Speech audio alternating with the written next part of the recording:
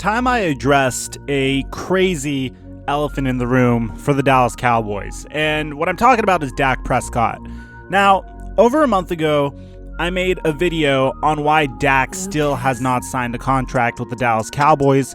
And for the most part, I think that video really paints Dak Prescott in a very good light and in a very realistic light. He is represented the way I believe most of us see Dak, I always get all this hogwash about Dak not being clutch enough or Dak not being the guy or whatever you want to say. At the end of the day, I do think Dak Prescott's a good quarterback. However, despite that, there are still a lot of things that we need to get over once we discuss Dak Prescott. And at this point, I have to turn my attention to something completely different. The fact that Dak is now in a position that is making it seem as if this could be his final year with the Dallas Cowboys. And I'm saying this as a Cowboy fan, and I don't just come out and say bold things like this without having empirical evidence to back it up. You guys know I'm better than that. But before we get to everything, guys, I have a very important announcement. I'm sure you know we're dropping our second murder documentary on this channel this weekend, and the video was so crazy. I know some of you guys may have went and turned on your notifications and set a reminder for it and whatnot, but the video was so crazy it got demonetized. Apparently it was way too dark and it was a little bit too gory. I kind of went a little bit overboard with it, so I had to redo it and then re-upload it, and there's a brand new link in the description down below. So if you did set the reminder for the first video, you have to do it again. If you could go into the description down below, drop a like, set a reminder for the video. It's an incredible video. We worked really hard on it, and we want to make a weekly murder mystery upload possible on this channel because it seems like you guys seem to really enjoy it. On top of that, I know a lot of you guys want to see the next episode of the 2002 to 2020 re-simulation in Madden, so I'm going to be doing that on Twitch after this video. A link to that's in the description down below. Now that that's out of the way, break!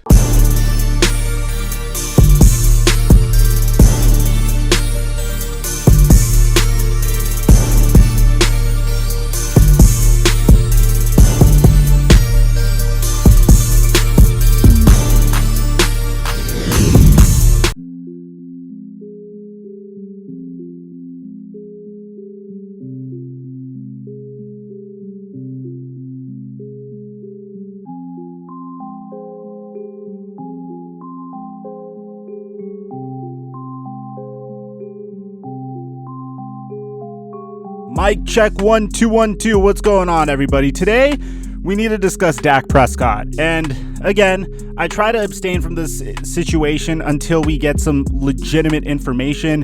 And well, today we did get some pretty legitimate information, and this is according to ESPN source Todd Archer that reported this on Monday, that there were no talks scheduled before the deadline between Dak Prescott's agent and the Dallas Cowboys.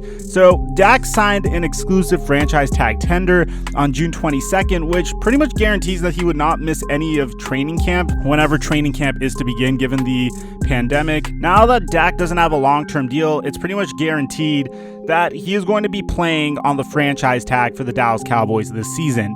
And there's a handful of issues with this, and I'm going to be pointing towards the history of the NFL and just basic common sense as to my rationale of why I think this could be Dak Prescott's final year. And for the most part, I want you to understand that I'm not saying that this is etched in stone.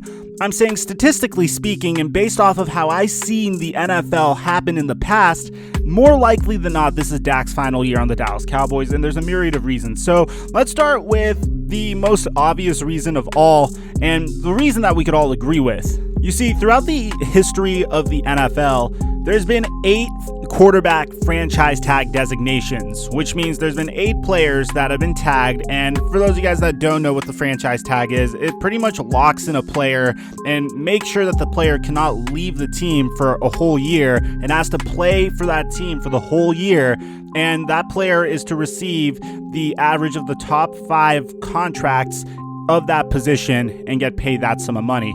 which is kind of good for Dak considering the fact that Mahomes just got a huge contract. I don't know if that plays into anything, but it pretty much means that Dak Prescott is supposed to make about $37 million this season. But that's not what you want if you're a quarterback in the NFL. That's not what you want if you're any player in the NFL. Yeah, the money's good, but you want stability, you want guaranteed money, and you want to know that when you're putting your body on the line for a football team, that they're going to be there for you and you have the security to progress forward in your career. That's kind of why Mahomes signed a 10-year contract. Now, there's only been 8 quarterbacks that have been designated a franchise player tag since 1993, and only 2 have actually played a season underneath the tag. And one of those players played 2 seasons underneath the tag. So the first one is Drew Brees in 2005 for the San Diego Chargers. And in that scenario, you have Drew Brees, who I don't blame them for tagging him, because if you go back to 2005, Drew Brees was a phenomenal quarterback, yet very inconsistent. If there was a player I could compare him to in 2005, it would probably be like a less erratic Jameis Winston with a shoulder injury. In 2004, the San Diego Chargers had the number 1 overall pick. And this is after a season where Drew Brees had 11 touchdowns to 15 interceptions. They had LaDainian Tomlinson. They had a team that was fairly up and coming. They seemed to be a quarterback away from achieving their dreams. But, well, here's what ended up happening. They drafted Phillip Rivers that offseason. Well, not drafted, but technically traded Eli Manning for Phillip Rivers that offseason. And then in 2004, they thought it was a good idea for Phillip Rivers to sit behind Drew Brees so he could learn the offense and really develop. They didn't want to just throw him to the wolves, and the Chargers thought that they would probably tank another year. But that's not what ended up happening. Drew Brees came out and threw 27 touchdowns to 7 interceptions that season. And as a result of that, Drew Brees was franchise tagged for the very next season. And he still had a pretty good season. He threw 24 touchdowns to 15 interceptions, but the key takeaway from this is he was franchise tagged, and then he ended up moving on to a different team. That's what happened to Drew Brees. The next example of this happening to a quarterback is Kirk Cousins in 2016 and 2017. This scenario, in my opinion, is a little bit stranger because, well, it seems like, I don't know, for the past 20 years, maybe even more, the Washington Redskins have been looking for their quarterback of the future, and they finally got a decent one in Kirk Cousins. Yeah, he's not Tom Brady, but they got a pretty decent and a fairly accurate quarterback in Kirk Cousins, and they tagged him in 2016 and 2017. And then in 2018, of course, Kirk Cousins would go on and sign a contract with the Minnesota Vikings. In 2006, Drew Brees would sign a contract with the New Orleans Saints. So the very, very first thing I want you guys to acknowledge is if Dak Prescott plays on the franchise tag this season, if the Cowboys don't want to pay him what he wants this season, there's a pretty good chance this is going to be his final season in the NFL. But there's even more to that. You know, do you remember how, I think I say this in a lot of my videos, and if you happen to be a huge supporter of my content, you would have to agree with this. Every time a new head coach comes in, especially one that is offensive minded, he is going to always advocate for a brand new quarterback as opposed to his current quarterback. I think the most recent example of this is probably the Arizona Cardinals and Cliff Kingsbury. They literally drafted Josh Rosen the year prior, but instead of drafting Nick Bosa with the number 1 overall pick, they opted for Kyler Murray. That's how badly Cliff Kingsbury wanted his guy. And don't say it has anything to do with scheme. It has nothing to do with scheme. Josh Rosen was perfectly capable of running the air raid offense. Kingsbury just really, really liked Kyler Murray, and that's all there is to say about it. Another example is Jim Harbaugh and Alex Smith and Colin Kaepernick. At first, Jim Harbaugh came in and he rode with Alex Smith, but once he saw that the time was ready to transition to Colin Kaepernick and install his pistol offense, Jim Harbaugh moved on from the former number 1 overall pick, whose career he pretty much revitalized, by the way, and traded him to Kansas City. Speaking of Kansas City, I'm not saying that there's anything wrong with moving on from an already good quarterback for a potentially better one, but the problem is, that's not what the Dallas Cowboys are doing here at all. A good example of the proper way to potentially rebuild a team is the way the Kansas City Chiefs did it. You see, Andy Reid trades for a bridge quarterback in Alex Smith. Alex Smith actually makes the Kansas City Chiefs very competitive. In Smith's final season for the Kansas City Chiefs, he threw for over 4,000 yards, 26 touchdowns, and 5 interceptions. He was always really, really good in Kansas City. Now, granted, in 2016, he threw for 15 touchdowns and 8 interceptions for over 3,500 yards. And then that offseason, they drafted Mahomes. Then Alex Smith had his 2017 season. Mahomes, a player that was supposed to be developed and needed some time to fully understand what was going on and understand offenses, especially an offensive mastermind like Andy Reid. He had to sit behind Alex Smith for a whole season. And right when Andy Reid seemed comfortable, he put Patrick Mahomes in for one game at the end of the 2017 season just to see what he had to work with. And although Mahomes didn't give him a very big sample size, he eventually opted to move on from Alex Smith, who, by the way, at the time was like 33 years old. So I don't really blame Andy Reid for the much more promising yet extremely risky Patrick Mahomes. You see, what the Cowboys are doing here isn't what the Kansas City Chiefs are doing. They aren't bridging from one above average quarterback to an even better quarterback. What the Cowboys are doing here is what the Redskins are doing, which is they don't want to pay the quarterback that he isn't Tom Brady. Don't get me wrong. He does have tremendous potential, and I'm talking about Dak Prescott, but they just don't feel like he's worth the money he's asking for, or they think that there's a chance that he doesn't work with Mike McCarthy's scheme. And guess what? Mike McCarthy is an offensive-minded coach.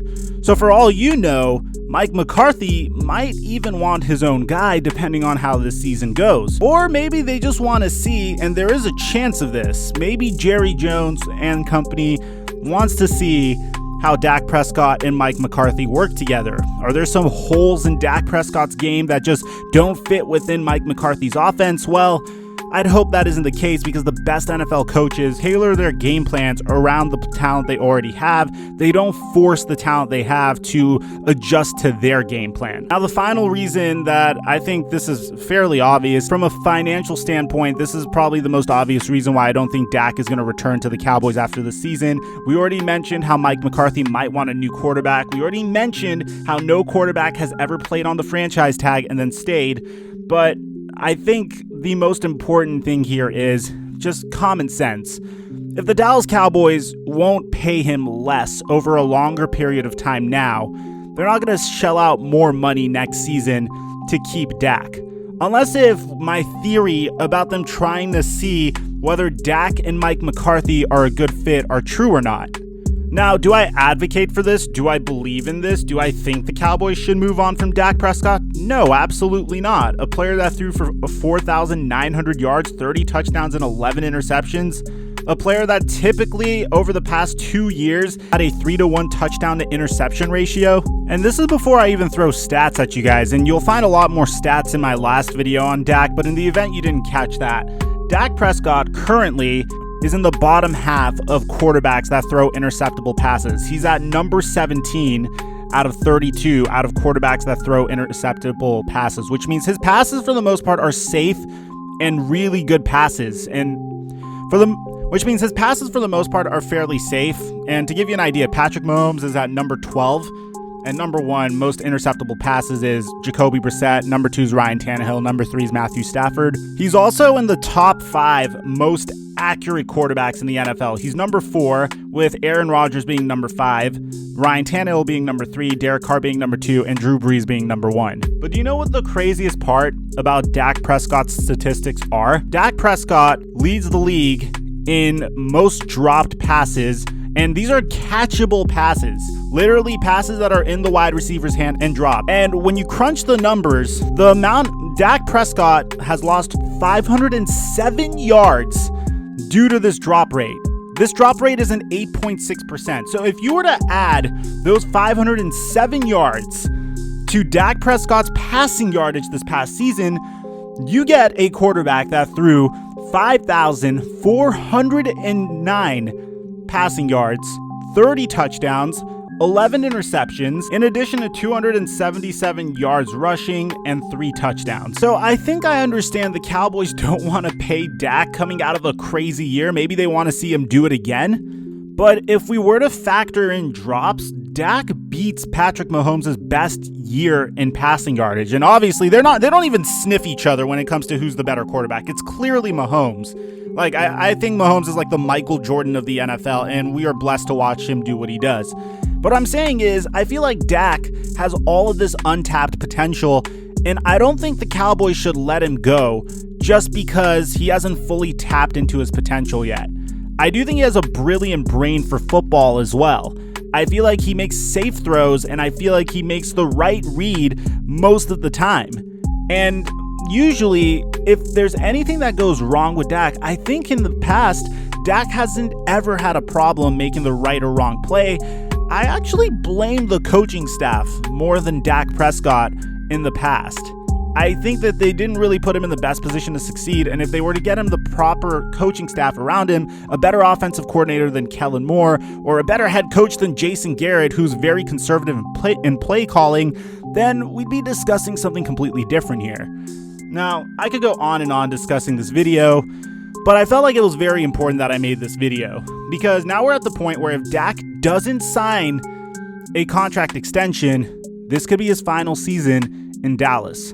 And I would be okay with that if there was a player that we were grooming behind him.